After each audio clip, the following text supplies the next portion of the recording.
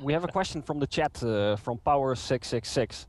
Oh. He says, it is obvious that abiogenesis happened once, but why not more? Does anybody want to talk about that? I don't know if it's...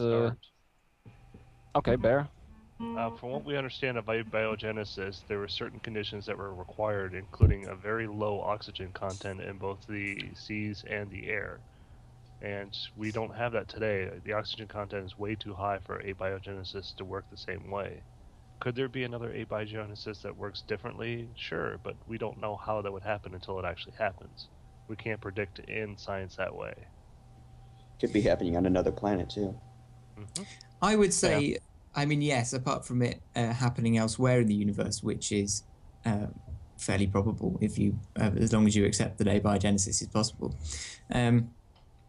I would say that, first of all, we don't know that abiogenesis didn't happen on more than one occasion. It could have been that on the early Earth, life arose in different forms in different parts of the world. It just so happens that one form became dominant and killed off all the competition.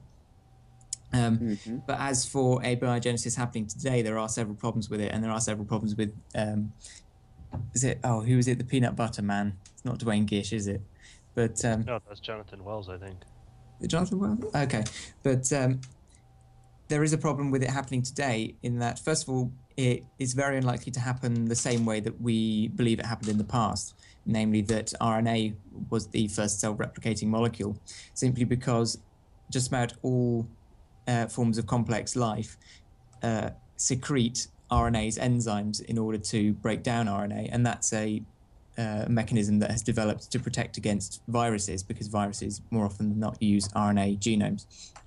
So if any RNA were to form by chemical means today, then it would almost certainly be either degraded or swallowed up and digested by another organism.